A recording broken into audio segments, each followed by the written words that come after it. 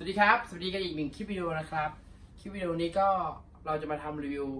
ปืน Glock 17 18 19นะครับจริงๆ Glock 17 18 19 23ที่ผมเตรียมไว้เนี่ยเพื่อนๆอาจจะได้เห็นจากคลิปวิดีโอรีวิวที่เป็นรีวิวอัปเดตสินค้าประจำเดือนนะครับก็เอามาแกะให้ดูกันแต่วันนี้นะครับเรามาลงรายละเอียดกันว่าแต่ละตัวนะครับเขาหน้าตาจริงๆแล้วหน้าตาเขาเป็นยังไงแล้วก็คุณลักษณะของตัวปืนทั้งหมดนะครับมันมีความพิเศษตรงไหนนะครับมันแตกต่างกันยังไงขออนุญาตทำเป็นคลิปวิดีโอรวมเลยก็แล้วกันนะครับเพราะว่านานๆเนี่ยจะมีตัวนี้เอาไว้ง่ายๆว่าประมาณว่าปีหนึ่งนะครับก็จะมีล็อตนี้เข้ามาสักครั้งหนึ่งนะครับเพราะว่าโรงงานเขาไม่ได้ทำสีสไลด์สีนี้ค่อนข้างออกมาเยอะสักเท่าไหร่นะครับก็เริ่มจาก17นะครับแล้วก็18 19แล้วก็23ที่เราเอามา4ตัวนี้ก็เพราะว่ารอบล่าสุดนี้ที่มีการสั่งนะครับอินพอร์ตหรือสั่งนำเข้ามาเนี่ยมันก็จะได้มาแค่4ตัวนี้ที่เป็นทรงออริจินอลของก๊อกแล้วก็สีสไลด์ที่เป็นสีเงินเพราะว่าหน้ากล่องตัวนี้ตรงนี้ต้องขอกล่าวก่อนว่าเป็นเจน3หมดเลยนะครับเพื่อนๆแล้วก็ตัวหน้ากล่องเนี่ยเขาจะมีสติ๊กเกอร์ที่เป็นสติ๊กเกอร์สีบรอนซ์หรือว่าสีเงินนี้มานะครับเรามาเปิดกล่องดูกันไปพร้อมๆกันนะครับอันนี้ก็จะเป็นแมกกาซีนแล้วก็ซีนกันความการความชื้นนะครับนี่ครับตัวนี้เป็นกล็อก23นะครับกล็อก23เดี๋ยววางนี้ก่อนนะครับกล็อก23จากโรงงานนะครับอันนี้กล็อก23นะครับจะได้ไม่สับสนนะวางอย่างนี้แล้วก็ก๊อก19นะครับคลิปนี้ก็จะเป็นอีกหนึ่งคลิปวิดีโอที่เพื่อนๆจะได้แต่สาระและความรู้นะครับเป็นเจน3หมดนะครับเจน3อันนี้ก๊อก19นะครับ19นะครับแล้วก็19อันนี้ก็17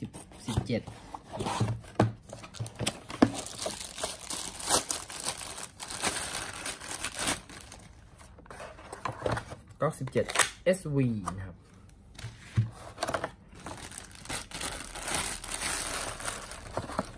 ปกติเราก็จะเห็นแต่สีดำล้วนๆใช่ไหมครับก็อาจจะมีพ่อแม่พี่น้องนะครับเพื่อนๆที่ติดตามช่อง YouTube อยากเห็นสีเงินกันบ้างแล้วก็อาจจะอยากเป็นเจ้าของนะครับสีเงินอย่างนี้แล้วก็สุดท้ายของเราก็จะเป็น18นะครับก๊อก18 WE นะครับก๊อก18 C นั่นเอง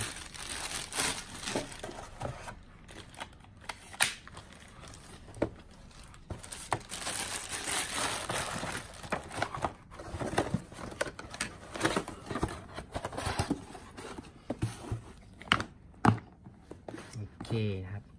ก็จะมีทั้งหมดอยู่4รุ่นนะครับพยายามจัดทั้งหมดนี้ก็เป็นปืน Glock จากค่าย WE Gen 3นะครับจะเป็น17 18 19แล้วก็23เดี๋ยวเราเอาออกมาวางให้ชมกันบนพื้นสีเขียวนะครับมันก็จะค่อนข้างเด่นขึ้นมาอย่างนี้นะครับ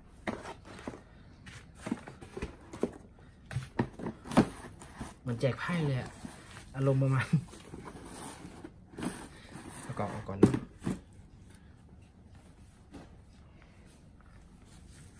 ตัวลายกิฟจับนะครับเพื่อนๆมันจะเป็นลายเดียวกันหมดนะครับก็เป็นลายเจน3นะครับแต่ข้อแตกต่างของตัวปืนก็คือก๊อก23เนี่ยมันคู่กับก๊อก19คู่กันนะครับส่วน17 18เนี่ยเขาคู่กันเราจับคู่ให้เพราะว่าตัวสไลด์กิฟจับนะครับทั้งหมดจะเป็นสัดส่วนมิติเท่ากันตัวนี้17 18ก็จะมิติเท่ากันนะแล้วมาถามถึงข้อแตกต่างนะครับ17 18ก็จะเป็นตัวสไลด์เรียบๆนะครับส่วน18สไลด์ของเขานะครับสีของซิลเวอร์เนี่ยอาจจะดูหม่นๆนิดนึงนะครับอาจจะดูออกคล้ายๆกับสีไทเทนะตัว18เนี่ยมันจะมีปุ่มปรับโหมดเพิ่มขึ้นมาจาก17นะครับก็คือ2จุดตัวนี้ก็คือตัวยิงรัวนั่นเองนะครับหรือว่าออโต้ครับแต่ถ้า1จุดเราคลิกกลับมานะครับพลิกกดดันกลับมาก็จะเป็นทีละนัด ก็มีแค่นี้นะครับแล้วก็ตัวหลังสไลด์นะครับหลังสไลด์ตรงนี้ก็จะเจาะพอร์ตซึ่ง17ไม่มีนะครับ17ก็จะเป็นสไลด์เรียบๆนะส่วนตัวที่แตกต่างอีกจุดหนึ่งนะครับสันหลังนี่ก็ต่างนะครับที่แตกต่างอีกจุดหนึ่งก็ส่วนหน้าส่วนหลังนะครับส่วนหลังตัวนี้จะเป็นรูปตัว U นะครับตัวนี้ก็จะเป็นส่วนหลังแบบตัวหลังดำนะครับหลังดำเดี๋ยวนะครับเหมือนจะติดผิดมาไหมเหมือนโรงงานจะติดผิดมานะครับเพื่อนๆครับอันนี้เราแกะกล่องกันมาแบบสดเลยนะเดี๋ยวแป๊บนึงผมคิดให้ผมว่ามันทำไมแปลกๆบางทีผมก็ไม่ได้สังเกตนะครับขออนุญาตผมเป็นสายใส่สดอยู่แล้วนะครับบางทีโรงงานเขาก็อาจจะคนประกอบก็อาจจะไม่ได้ QC มาดีหรือว่าอาจจะเบอร์นะครับอาจจะง่วงนอนก็ได้เดี๋ยวผมขออนุญาตคลายน็อตตัวนี้นะครับกลับศูนย์หลังให้ก่อนอันนี้เราเจอแบบต่อหน้าต่อตาเลยนะผมว่ามันทำไมแปลก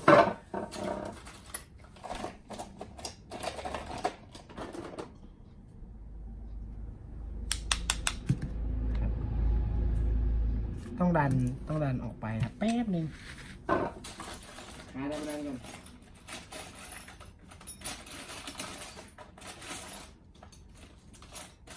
ก็ว่ามันแปลกๆเนาะคุณบอสแลดูแล้วงงๆนะครับว่าทำไมถึงมันมาอยู่ด้านนี้จริงๆมันต้องไปอยู่ด้านหลังให้เรานะครับโอเคนี่มันต้องอยู่อย่างนี้ครับมันถึงจะถูกต้องโทษทีครับเพื่อนๆผมว่าแปลกๆผมก็พยายามจะหาจุดที่มันแตกต่างให้เนาะโอเคครับก็บางทีก็อาจจะเกิดจากข้อผิดพลาดที่ได้นะครับของเล่นเนาะแต่ว่าเราทำการแก้ไขให้โอเคกลับมาจุดนี้อีกทีนึง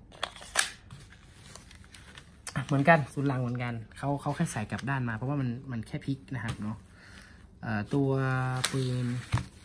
ด้านข้างฝั่งนี้ก็เหมือนกันหมดนะครับก็คล้ายๆกันนะครับแต่ว่าสีเพื่อนๆลองสังเกตดีจากในกล้องน่าจะเห็น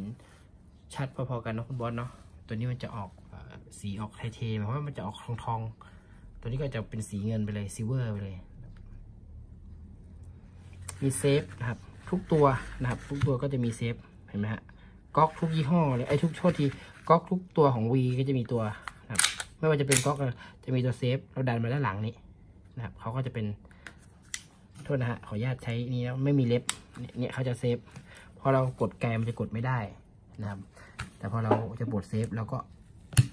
ดันกลับไปเป็นลักษณะอย่างนี้นี่ไกลก็จะยิงได้ปุ่มปลดแม็กก็จะเป็นลายเจน 3นะครับเล็กๆแต่ก็กดง่ายนะครับปุ่มปลดแม็กนะครับปลดแล้วแม็กก็จะไหลลงมาขั้นแขวนสไลด์นะครับสำหรับก๊อก17แล้วก็18ปุ่มปลดเหมือนกันนะ18 17ขั้นแขวนสไลด์ก็มีเหมือนกันเป๊ะเลยนะครับก็ต่างหลักๆก็ต่างกันที่ตัวมีออโต้กับไม่มีออโต้แล้วก็ตัวเจาะพอร์ตบนสันหลังของปืนนะครับส่วนลำกล้องท่อหน้าก็จะมีเกลียวให้ใส่อะแดปเตอร์ทั้งคู่เลยนะครับเกลียวให้ใส่อะแดปเตอร์ทั้งคู่เลยก็ทำมาทุกตัวนะครับของ19-23ก็เช่นเดียวกันนะครับโอเคเรามาตรงเจ้าตัว19-23กันบ้างอันนี้ก็จะเห็นได้ค่อนข้าง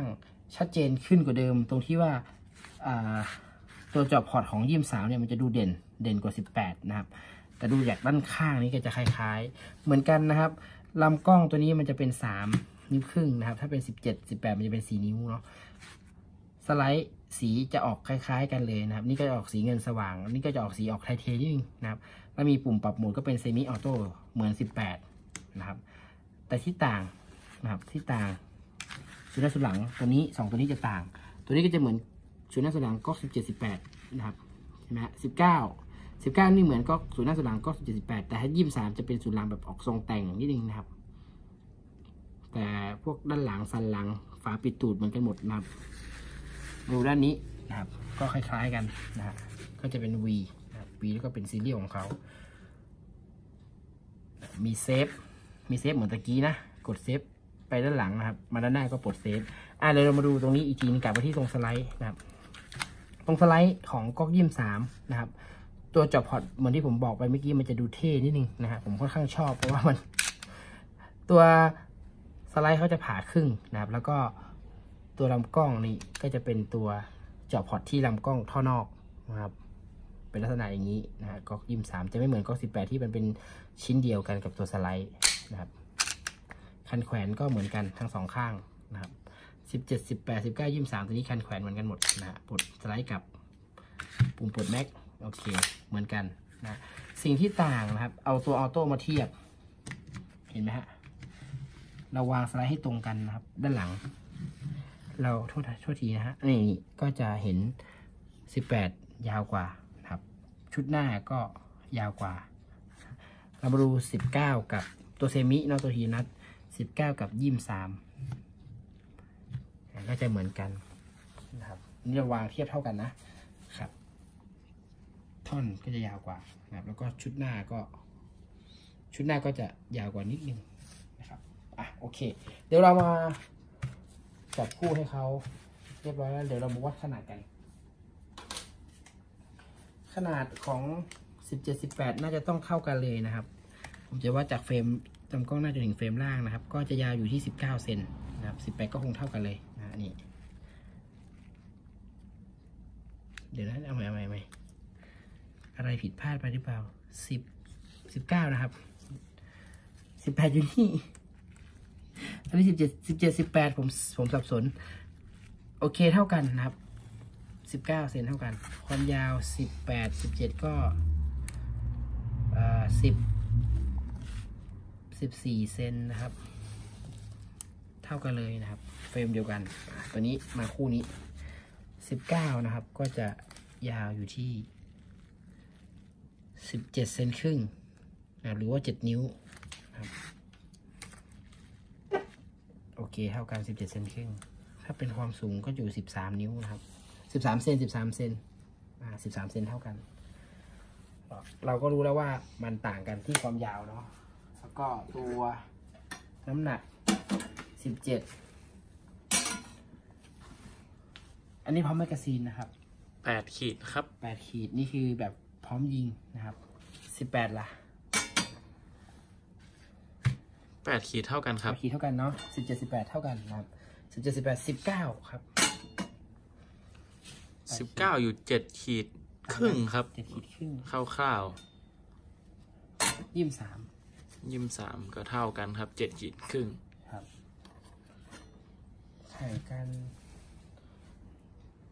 ครึ่งขีดนิดนึงครับ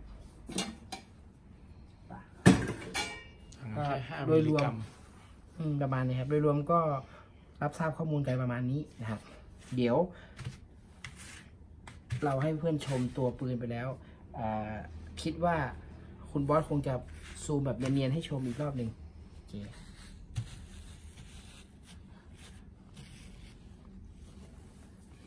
ตัวตรงข้างสไลด์นี่อาจจะเป็นโทษนะฮะอาจจะมีรอยมือรอยแบบซิลิโคนนะครับเขาใส่มาจริงๆถ้าเราเอาซิลิโคนพ่นเช็ดดีๆจะสวยกว่านี้เยอะเลยนะครับเราขออนุญาตไม่พูดเรื่องราคาในคลิปวิดีโอนี้นะครับเพราะว่าในคลิปวิดีโอนี้จะเป็นคลิปวิดีโอรีวิวนะครับรีวิวให้ชมคุณลักษณะของตัวปืนเดี๋ยวขออนุญาตพลิกมาด้านนี้นะครับเพื่อนๆท่านใดที่สนใจนะครับอยากทราบราคาหรือว่าอยากสั่งซื้อให้อินบ็อกซ์เข้ามาคุยกันนะครับให้อินบ็อกซ์เข้ามาคุยกันก็ใช้วิธีการแคปหน้าจอแล้วทักข้อความทางเพจ Facebook ร้าน M4 BB Gun ลำปางนะเพจชื่อร้าน M4 BB Gun ลำปางนะครับพิมพ์ใน Facebook ได้เลยแล้วก็ถ้าเป็นคนที่ไม่เล่น Facebook ก็ทักไลน์เข้ามาทางแอปพลิเคชันของ Line แอดนะครับ Line แอดนี่ก็ QR Code ได้ใต้ชื่อคลิปวิดีโอนี้นะครับเพื่อนๆกดตรงชื่อคลิปวิดีโอนี้แล้วเดี๋ยวลิงก์ของ Line นะครับมันจะสไลด์ขึ้นมาเพื่อนๆกด QR Code อัตโนมัติได้เลยนะครับใต้ลิงก์ QR Code อัตโนมัติก็จะมีลิงก์ของเพจ Facebook อีกต่างหากนะครับสำหรับคนที่กดตรงใต้คลิปวิดีโอทักมาได้2ช่องทางทั้งเพจและก็ Line นะครับเนื่องจากตัวของปืน BB Gun เนี่ยนะครับหน้าตา BB Gun นะครับ BB Gun เราหน้าตามันคล้ายคลึงกับอาวุธปืนนะครับอาวุธปืนจริงดังนั้น เรื่องของการโพสต์ราคาหรือว่าการบอกเรื่องราคาเข้าไปในคลิปวิดีโอเนี่ยทำไม่ได้นะครับเพราะว่ามันติดกฎของทาง Facebook แล้วก็ทาง YouTube นะครับทางสื่อสังคมออนไลน์นั่นเองนะครับเขาไม่ให้เราขายสินค้าบนนี้แต่ว่าเขาให้เรารีวิวได้ผมกำลังจะมาบอกเพื่อนๆว่าถ้าเพื่อนๆจะเล่นได้จะต้องมีนะครับปืนนะครับปืนแมกกาซีนนะครับแก๊สลูกซิลิโคนนะครับเอาฝามาก่อนซิลิโคนนะครับปืนแก๊สลูกซิลิโคนแล้วก็ที่สำคัญอีกอันนึงก็เป็นสปีดโรเดอร์อย่างนี้นะครับผมมาวางเรียงอย่างนี้เพื่อให้เพื่อนๆนะครับที่ติดตามช่อง YouTube หรือว่าเพื่อนๆที่อยากได้ชุดนี้ได้แคปภาพหน้าจอนะครับใช้วิธีการแคปภาพหน้าจอนะครับตัวนี้มันก๊อก17นะครับตัวนี้มันก็17นะครับเราเริ่มผมจะไล่17 18 19 23นะครับเพื่อนๆท่านใดที่ชอบก็17สไลด์สีเงินตัวนี้นะครับแคปหน้าจอแล้วส่งข้อความมาทักทายคุยกันได้นะครับบอกว่าต้องการตัวนี้แล้วทางแอดมินของทางเพจแล้วก็ทาง Channel YouTube นะครับหรือว่าทาง LINE ก็จะส่งสคริปต์ราคาไปให้เพื่อนๆชมโอเคขออนุญาตเปลี่ยนเป็น18นะครับเพื่อนๆท่านใดที่ชอบก๊อก18 C ออโต้นะครับเพื่อนๆแคปหน้าจอได้ครับเดี๋ยวผมจะมีการหลังจากแคปหน้าจอนี้เดี๋ยวผมจะยิงเทสให้ชมนะครับอันนี้เป็น 18C นะครับ V ไต้หวันถ้าพูดถึงค่าย V ไต้หวันนี่อะไรมีหลังการขายมีอะไรซัพพอร์ตนะครับโอเคนะครับ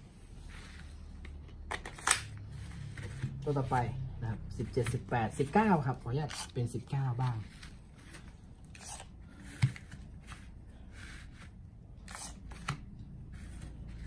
เพื่อนๆท่านใดที่ชอบก็แคปหน้าจอนะครับ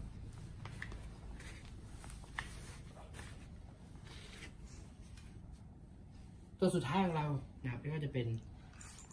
ก๊อก23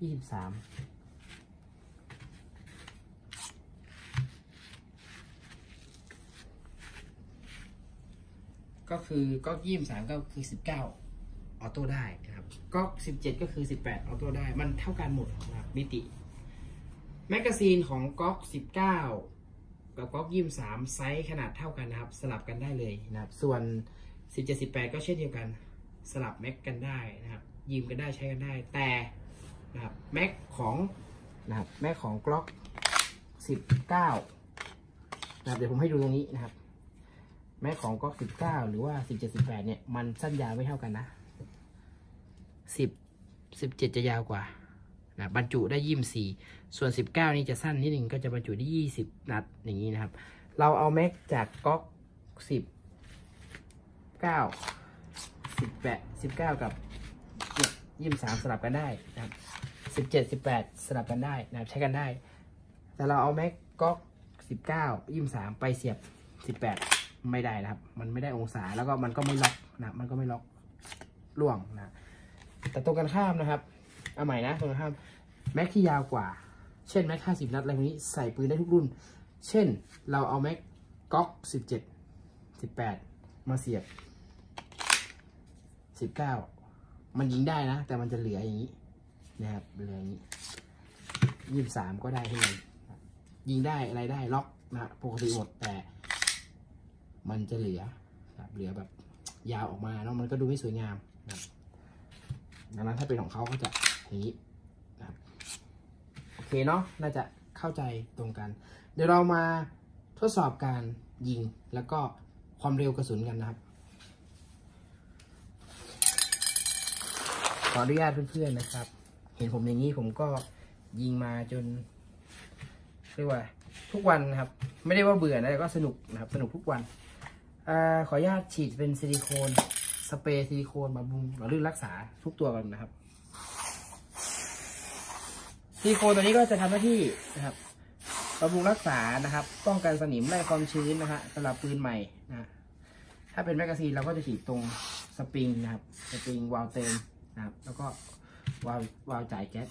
ครับวาล์วจ่ายอยู่ด้านหลังนี่ครับเรียกวาล์วจ่ายอันนี้วาล์วเติมครับขออนุญาตหล่อลื่นกันก่อนนะครับก่อนไปทดสอบ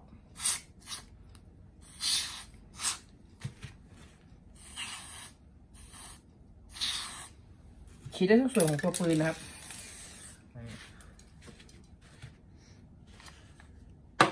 เนื่องจากมันมีหลายตัวนะครับก็อาจจะกระบวนการนี้อาจจะต้องช้านะครับช้ากว่าที่คิดนะ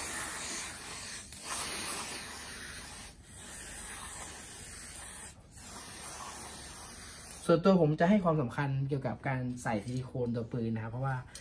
มัน1การลอยแล้วแหละ2ก็การสนิมไล่ความชื้นแล้วก็ทำให้ตัวปืนเวลายิงไม่มีการติดขัดครับ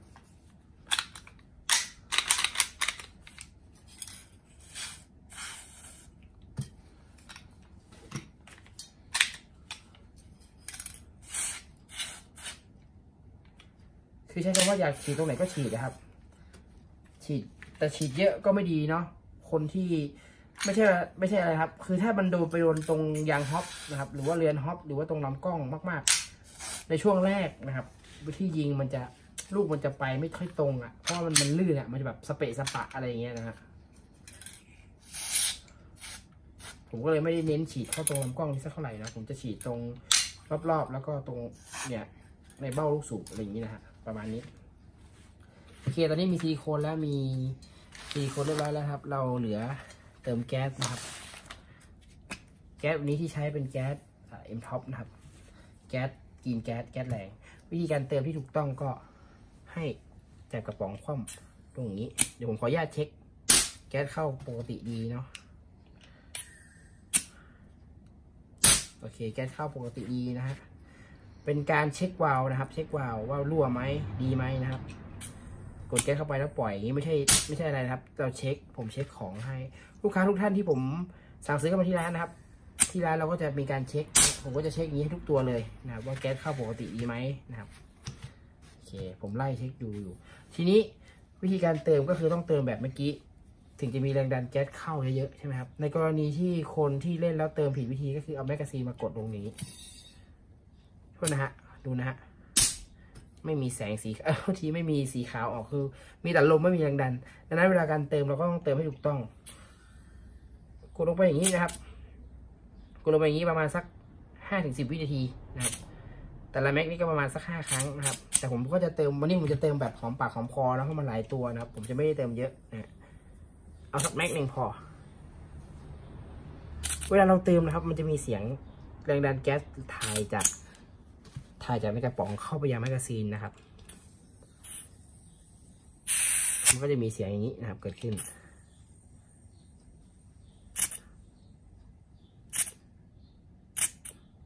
โอเค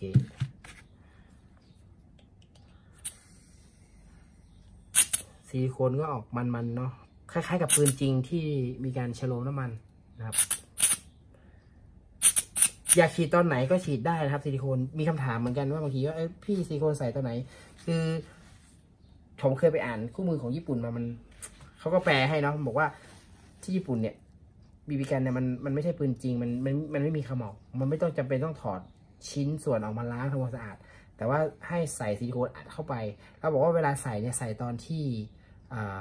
เล่นเสร็จอย่างเงี้ยนะครับเลิกเล่นเสร็จแล้วก็ฉีดซิลิโคนใส่ถุงนะครับใส่กล่องเก็บไว้เวลาจะเล่นก็ออกมายิงได้เลยเนี่ยโอเคนี้เรามีแก๊สมีซิลิโคนแล้วเราเหลือโหลดลูกเนาะผมจะโหลดลูกเดี๋ยวยิงทีเดียวเลย4 ตัวลูกวันนี้เราใช้เป็นลูกโกลเด้นบอลแท้นะครับ 0.20 เราใช้ลูกกระสุนโกลเด้นบอลมาเติมตรงปากแมกกาซีนอย่างนี้นะครับแต่บางทีกว่าเราจะโหลดเสร็จนะครับมันใส่เราต้องใช้ปลายเล็บจิกให้กดใส่ตรงนี้นะครับให้ใส่ตรงนี้บางทีเรายัดตัวนี้อาจจะช้านะครับอาจจะช้าเดี๋ยวผมจะแนะนำอีกวิธีหนึ่งนะที่รวดเร็วมากเอาใส่ตัวนี้ใส่สปีดโหลดเดอร์นะครับเราก็จะแนะนำในเซตราคาไปนะครับพอเราใส่ในสปีดโหลดเสร็จเราก็โหลดอย่างนี้ได้เลยนะครับมันจะค่อนข้างไวนะครับถ้าตั้งใจหน่อยก็พยายามเขย่าให้มันสลับซ้ายขวานะครับ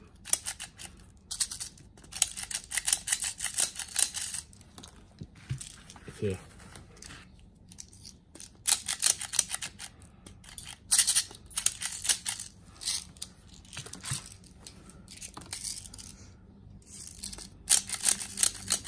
คลิปนี้อาจจะดูนานนิดนึงเนาะเพราะมันคล้ายๆกับเราวิเคราะห์ให้ฟังด้วยนะผมอาจจะใส่ลูกไม่สวยนะครับเพราะว่ารีบนั่นเองนี่แต่เอาเร็วว่านะครับป่ะตอนนี้มีแมกกาซีนแล้วนะครับก็17พร้อมนะก็18พร้อมนะครับก็19พร้อม23พร้อมป่ะเราไปดูความเร็วของกลุ่มกระสุนก็17ก่อนเลยก็11ซิลเวอร์สีเงินนะครับ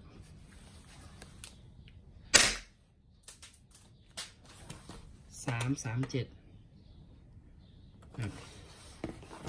ก็18นะครับ339นะครับความเร็ว330บวกนะครับเดี๋ยวดูก็19นะครับ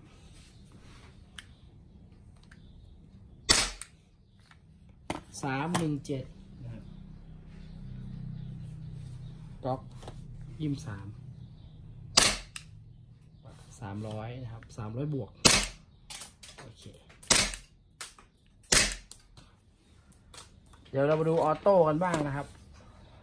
เดี๋ยวผมขออนุญาตวนกลับไปตั้งแต่23นะครับ23นี่ก็เมื่อกี้เรายิงเซมิใช่ไหมครับพี่นัทพอเรากดมาตรงนี้นะครับนี่คือรัวลองกลับมาเซมิดูโอเคหมดดูสุดท้ายพอดีโอเคหมดสไลด์ค้างปกตินะครับ19ครับ19ก็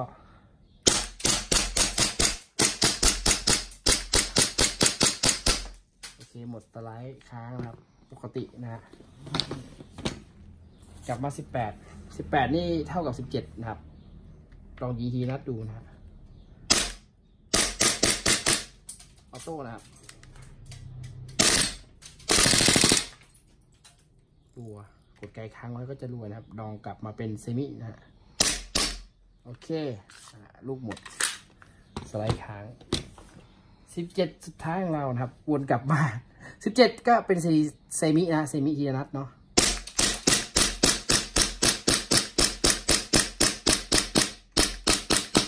โอเค